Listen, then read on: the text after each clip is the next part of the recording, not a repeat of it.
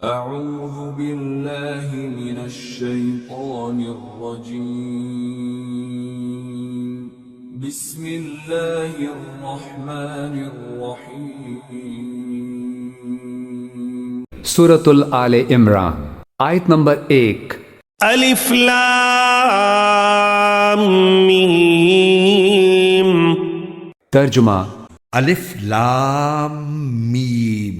تفسیر صورتوں کے شروع میں یہ حروف اسی طرح الگ الگ نازل ہوئے تھے، ان کو حروف مقطعات کہتے ہیں، اور صحیح بات یہ ہے کہ ان کا ٹھیک ٹھیک مطلب اللہ تعالیٰ کے سوا کسی کو معلوم نہیں۔ یہ اللہ تعالیٰ کی کتاب کا ایک راز ہے جس کی تحقیق میں پڑھنے کی ضرورت نہیں، اور عقیدہ یا عمل کا کوئی مسئلہ ان کے سمجھنے پر موقوف نہیں۔ آیت نمبر 2 اللہ لا الہ الا هو الحی القیوم۔ ترجمہ اللہ وہ ہے جس کے سوا کوئی معبود نہیں، جو سدا زندہ ہے، جو پوری کائنات سنبھالے ہوئے ہے۔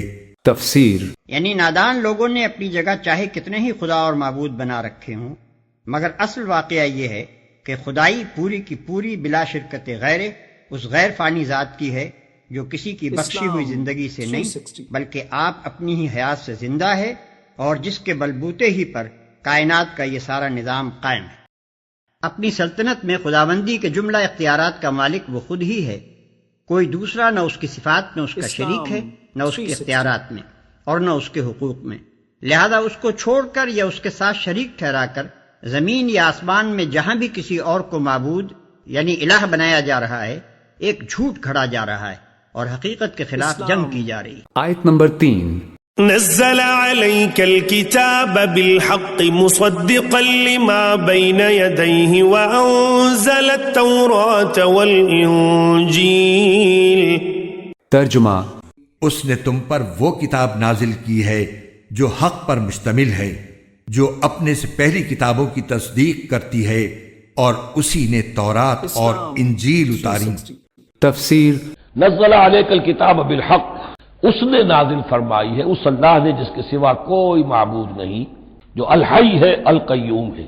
اس میں اشارہ ہو رہا ہے اس کلام کی عظمت کی طرف کہ جان لو یہ کلام کس کا ہے، کس نے اتارا ہے۔ جو نازل فرمائی ہے یہ کتاب اے نبی آپ پر حق کے ساتھ، مصدقا لما بین یدیہ، اور یہ تصدیق کرتے ہوئے آئی ہے اس کی جو اس کے سامنے موجود ہے، تورات اور انجیل۔ اور یہ کہ دو اعتبارات سے تصدیق ہے کہ یہ قرآن تصدیق کرتا ہے ان کی کہ وہ اللہ کی کتابیں تھیں جن میں تحریف ہو گئی، لیکن یہ کہ قرآن اور حضور مصداق بن کر آئے ہیں ان پیشین گوئیوں کا جو ان کتابوں میں تھی۔ آیت نمبر 4 من قبل هدى للناس وأنزل الفرقان إن الذين كفروا بآيات الله لهم عذاب شديد والله عزيز ذو انتقام۔ ترجمہ جو اس سے پہلے لوگوں کے لیے مجسم ہدایت بن کر آئی تھیں، اور اسی نے حق و باطل کو پرکھنے کا معیار نازل کیا۔ بے شک جن لوگوں نے اللہ کی آیتوں کا انکار کیا ہے ان کے لیے سخت عذاب ہے، اور اللہ زبردست اقتدار کا مالک اور برائی کا بدلہ دینے والا ہے۔ تفسیر یہاں قرآن کریم نے لفظ فرقان استعمال کیا ہے جس کے معنی ہے وہ چیز جو صحیح اور غلط کے درمیان فرق واضح کرنے والی ہو۔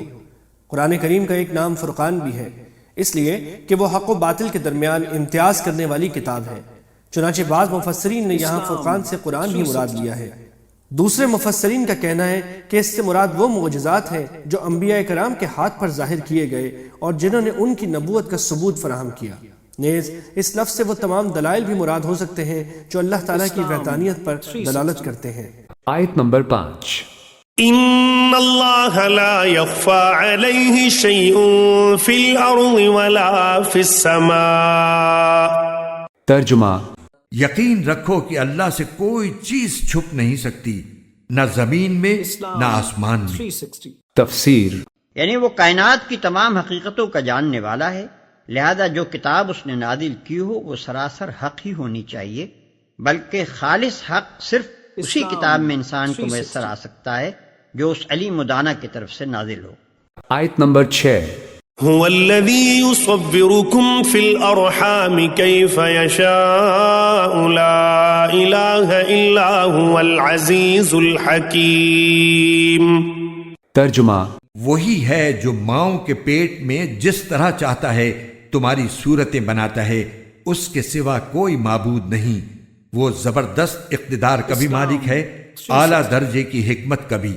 تفسیر: اس میں دو اہم حقیقتوں کی طرف اشارہ ہے. ایک یہ کہ تمہاری فطرت کو جیسا وہ جانتا ہے نہ کوئی دوسرا جان سکتا ہے نہ تم خود جان سکتے ہو، لہذا اس کی رہنمائی پر اعتماد کیے بغیر تمہارے لیے کوئی چارہ نہیں ہے. دوسرے یہ کہ جس نے تمہارے استقرار حمل سے لے کر بعد کے مراحل تک ہر موقع پر تمہاری چھوٹی سے چھوٹی ضرورتوں تک کو پورا کرنے کا اہتمام کیا، کس طرح ممکن تھا کہ وہ دنیا کی زندگی میں تمہاری ہدایت اور رہنمائی کا انتظام نہ کرتا؟ حالانکہ تم سب سے بڑھ کر اگر کسی چیز کے محتاج ہو تو وہ یہی ہے